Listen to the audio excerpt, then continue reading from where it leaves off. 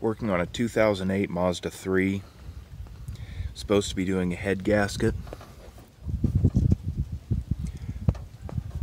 Due to a lack of oil changes causing all that buildup, I am not comfortable moving forward with this repair. I do not have the equipment to be able to clean this up well enough that I can guarantee there won't be catastrophic engine damage upon restart. I have to break the bad news to the customer.